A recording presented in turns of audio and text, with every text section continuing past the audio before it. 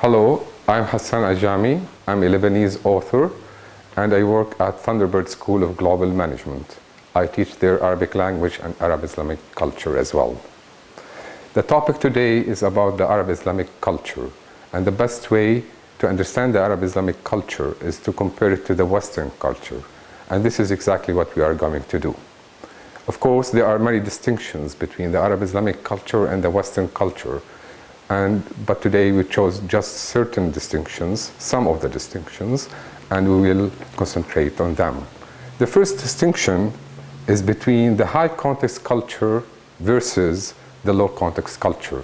And as you know, Edward Hall, the great American anthropologist and cross-cultural expert, did develop this distinction. The Arab Islamic culture is a high context culture, while the West is a low context culture. What does that mean? It means Arabs and Muslims tend to assume that you know the background information when they communicate with you. But of course, in the West, which is a different culture, belonging to a low context culture, we usually elaborate on the background information when we communicate with each other. And we define the terms and concepts which we usually use. But in the Arab Islamic culture, Arabs and Muslims tend to assume that you know the background information, so they don't elaborate on them. Also, in the high context culture, such as the Arab Islamic culture, we use a lot of metaphors when we want to express ourselves. And this is also important, which is each single word has a high significance and different levels of connotations in the Arab Islamic culture. For example, the word ahlan in Arabic means welcome, but ahlan comes from ahl, which means family. So when I tell you ahlan in Arabic, I'm telling you welcome, but at the same time, I'm telling you that now you are part of my family. So each single word has high significance in a high context culture. The second important distinction is developed by Richard D. Lewis. And as you know, Richard D. Lewis is a British linguist and cross-cultural expert. And the distinction is between multi-active culture versus linear active culture. Of course, many scholars discuss this distinction. The Arab Islamic culture is in fact a multi-active culture, while the West is, or tends to be a linear active culture. In a multi-active culture, such as the Arab Islamic culture, suppose as an Arab or a Muslim, for example, I would be performing different activities at the same time. For example, I would be sitting in a restaurant with you, talking about Arabic language, talking with another friend with us about partying tomorrow, calling my family, discussing family issues, for example. So we'll perform different activities at the same time because we belong to a multi-active culture. At the same time, in a multi-active culture such as the Arab Islamic culture, Arabs and Muslims tend to behave not in light of a definite schedule. So they don't act usually in light of a definite schedule. But in the West, usually we do act according to a definite schedule. Third distinction, which is between dialogue-oriented culture versus data-oriented culture. And this distinction is also very important. Also, it was developed by Richard D. Lewis. And the distinction goes as follows. The Arab Islamic culture is a dialogue-oriented culture, while the West is a data-oriented culture. What does that mean? In the Arab Islamic culture, we usually gain information through engaging in personal dialogues with others. But in the West, which is a data-oriented culture, we usually gain information through research, through analyzing data, using statistics, figures, etc. And this distinction is very important when we want to deal with the Arabs and Muslims, whether in business or in politics. So it's not enough to present to an Arab or a Muslim a business deal or a political agreement indicating through a certain paper or research, indicating certain data, etc. This would help, of course, but it's not enough to get the business deal and to be successful with the Arabs in business or in politics even. So the point is that we have to engage in personal dialogues with the Arabs and Muslims, because this is how they gain information.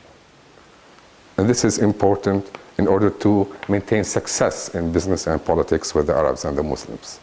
Of course, we have mentioned so far three different distinctions between the Arab Islamic culture and the Western culture: high context culture, multi-active culture, and dialogue-oriented culture. These, of course, are coherent and they lead to each other. For example, suppose that I belong to a dialogue-oriented culture like the Arab Islamic culture. I gain information through personal dialogues with people. Therefore, I have to engage with many people as much as possible at the same time to gain as much information as possible. Therefore, I will belong to a multi-active culture. And if I belong to a multi-active culture, I'm performing many activities at the same time. Therefore, I don't have time to elaborate on the background or information, and therefore I will belong also to the high context culture. So the dialogue-oriented culture leads to the multi-active culture, and the multi-active culture also leads to the high context culture in that sense. The fourth distinction is between public space versus private space. And this distinction was also developed by Edward Hall, the great American anthropologist and cross-cultural expert. The space in the Arab Islamic culture is public, but the space in the West is usually private. What does that mean? It means that one space in the Arab Islamic culture is always occupied, metaphorically of course, is always occupied by others. At the same time, there is no separation between work, like business, and private life in the Arab Islamic culture. But of course, in the West, there is a separation between work, business, and private life.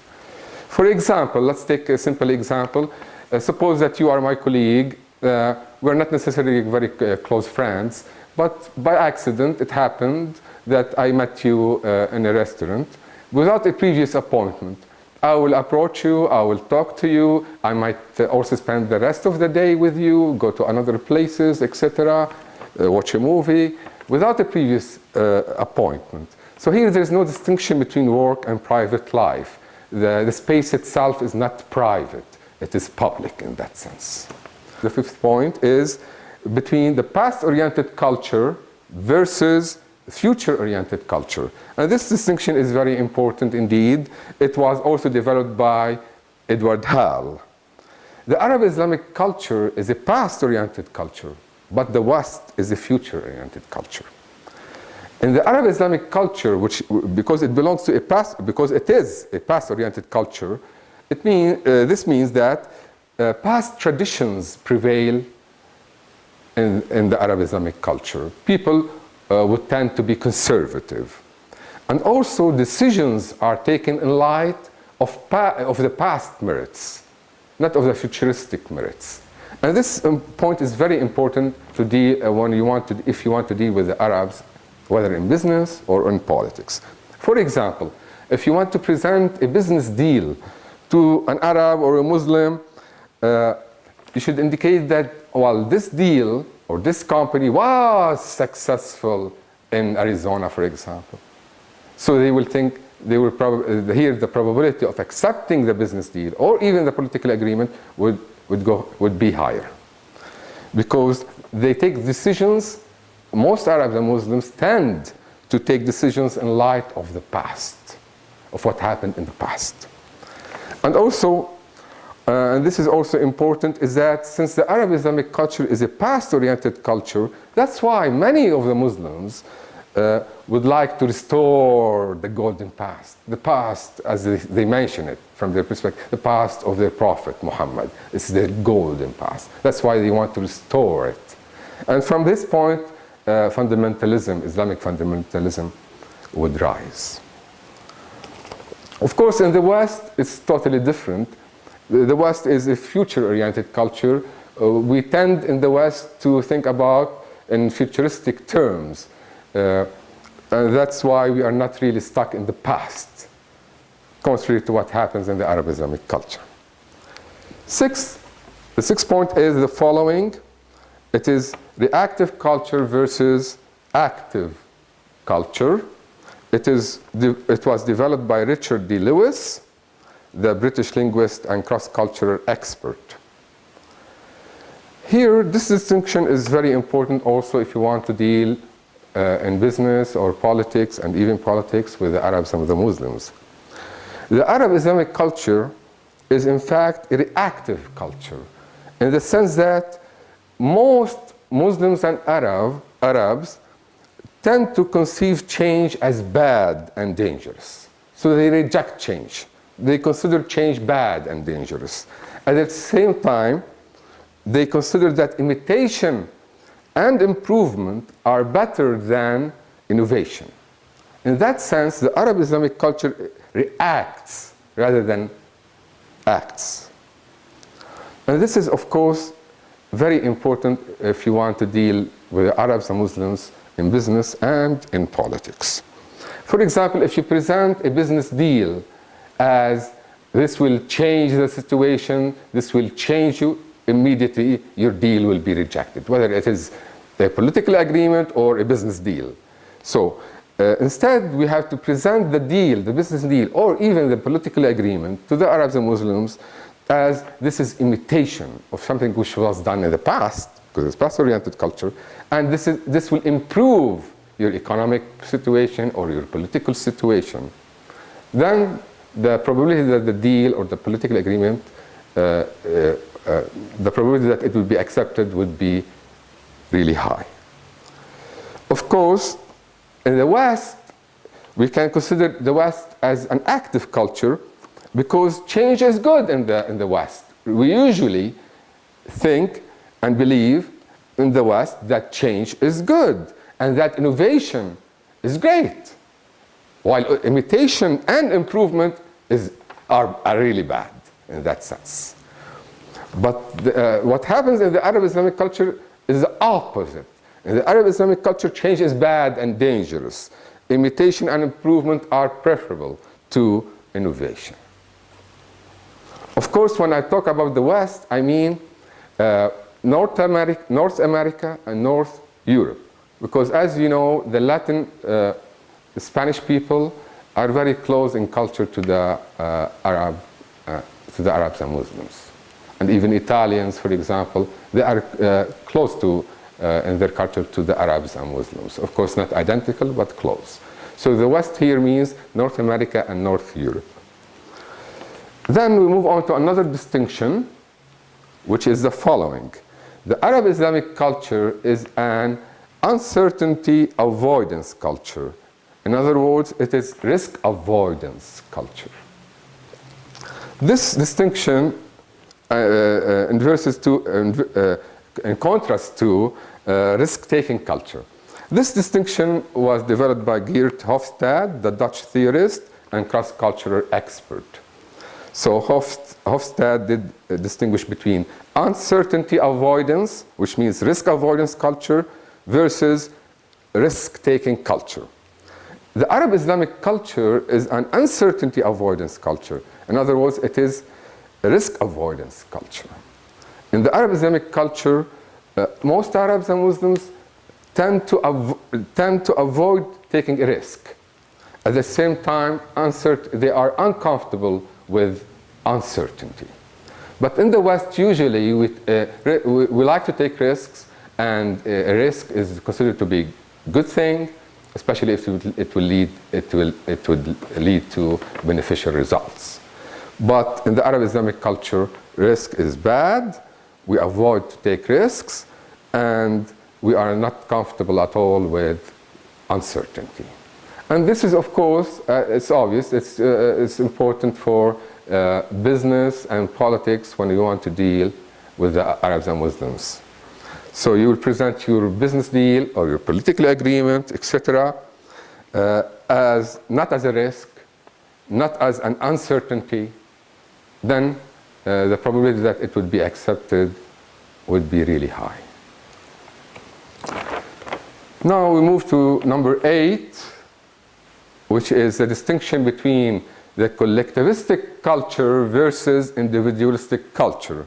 Also, this distinction was developed by Geert Hofstede. The Arab Islamic culture is, in fact, a collectivistic culture. while the West is an individualistic culture. The Arab Islamic culture as a collectivistic culture means the following. An Arab or a Muslim tends to identify oneself with one's group, like one's family or one's sect, etc. And the loyalty is usually towards one's group. So this is a collectivistic culture. While in the West is an individualistic culture. Because in the West, each person identifies himself through his own achievements. And each person conceives himself or herself as an independent person, independent from the group. But in the Arab Islamic culture, the reverse is going on. Each Arab or a Muslim would tend to identify himself or herself with one's group. The final distinction, of course, there are many distinctions between the Arab Islamic culture and the Western culture. We show some of them, and we did elaborate on them and how they relate to dealing with the Arabs, whether in business or in politics. And now we'll move to another, the last distinction, in fact, which is the following. The Arab Islamic culture is an abstract-oriented culture, but the West is a concrete-oriented culture. I did previously mention the authors of the previous distinctions. This distinction is original, and it's a new idea, in fact. I thought about it like a year ago. The Arab Islamic culture is an abstract-oriented culture, but the West is a concrete-oriented culture. I will explain this distinction through three basic examples. The first example is about God. God in Islam is highly abstract. According to the Quran, nothing is similar to God. And the essence of God is unknowable. In this sense, the Arab Islamic culture is an abstract-oriented culture because it conceives God as highly abstract. But of course, as you know, in Christianity, so to speak, God was manifested in Christ because Christ himself has a divine status. So in that sense, the West is a concrete, or tends to be a concrete-oriented culture. Of course, just a single remark here, Muhammad, according to the Muslims, the prophet of the Muslims, Muhammad, according to the Muslims, he's just a man. He's just an ordinary man. But he received that message, which is Islam, from God. So there's a difference here, but total difference between Muhammad and Christ. Christ has a divine status, according to Christianity, but Muhammad, he doesn't have any divine status in that sense. Only God is divine in Islam, and God is highly abstract. In this sense, the Arab Islamic culture is an abstract-oriented culture. The second example is the identity of the Arabs. Some Arabs are black, like some people in Sudan, and some Arabs are white, like some people in the Middle East.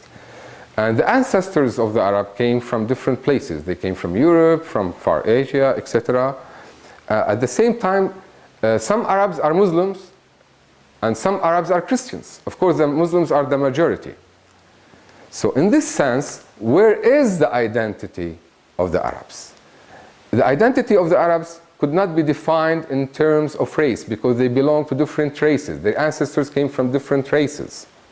And also, the identity of the Arabs couldn't be defined in terms of color because some are black, some are white. Also, the identity of the Arabs could not be defined in terms of religion because some Arabs are Muslims, others are Christians. So where is the identity of the Arabs? This is the question here. In fact, and the Arabs know it, and they do express it, of course, is that the identity of the Arabs resides in Arabic language. Arabic language itself is the identity of the Arabs. They are all, these people, they're in North Africa and the Middle East, they are all Arabs because they speak Arabic language. So Arabic language is the identity of the Arabs. But languages are abstract entities. Of course, the things that we write on the board, etc., are just representation or representations of the language. So the argument is the following. Since the identity of the Arabs resides in Arabic language, and Arabic language is an abstract entity as any other language, therefore the identity of the Arabs is abstract. This is a powerful example of the fact that the Arab Islamic culture is an abstract-oriented culture. But of course in the West, my identity in the West would be defined by my passport or by my ID, a legal document. But this is not enough in the Arab world. So there's a difference here. That's why in the West is in fact a concrete-oriented culture, because the identity would be defined in terms of something concrete, like a passport or ID. The third important example, and this is very important also, because I will use it to explain a certain phenomenon, is that about the Islamic nation, or the land of the Muslims. Let's say the Islamic nation. Most of the Muslims believe that they belong to an Islamic nation. Okay, let's look at the map. We will not see an Islamic nation, because the Arabs and the Muslims are divided into different countries like Lebanon, Syria, Jordan, Saudi Arabia, Iraq, Indonesia, which is the largest Muslim country. So if we look at the map, we will not see an Islamic nation. But most of the Muslims believe that they belong to an Islamic nation. So where does it exist, this Islamic nation? In fact, the Islamic nation, or the land of the Muslims, is an abstract mental construction in the minds of the Muslims. And this is very important. So the land of the Muslims, or the Islamic nation, is not the land that I walk on. It is an abstract mental construction in their minds. But how is it constructed? The Arab Islamic nation is an abstract mental construction in the minds of the Muslims, and it is constructed mentally as the land of Muhammad, their prophet. This is why any criticism against Muhammad is equivalent to an actual invasion of the Islamic nation. And that is why some of the Muslims tend to overreact even violently if Muhammad is criticized. So the fact that the Arab Islamic nation is an abstract-oriented culture, the fact that the Arab Islamic culture is an abstract-oriented culture, explains why some Muslims overreact if Muhammad is criticized. Because the Islamic nation is a mental construction in their minds, and it is constructed as the land of Muhammad. Therefore, any critique against Muhammad is equivalent to an actual invasion of the land, of the Islamic nation. That's why some of the Muslims would violently overreact if Muhammad is criticized. Of course, here we provided an explanation of this phenomenon, and of course, our whole aim is to provide explanations. We'll stop here concerning the distinctions. Thank you for your listening.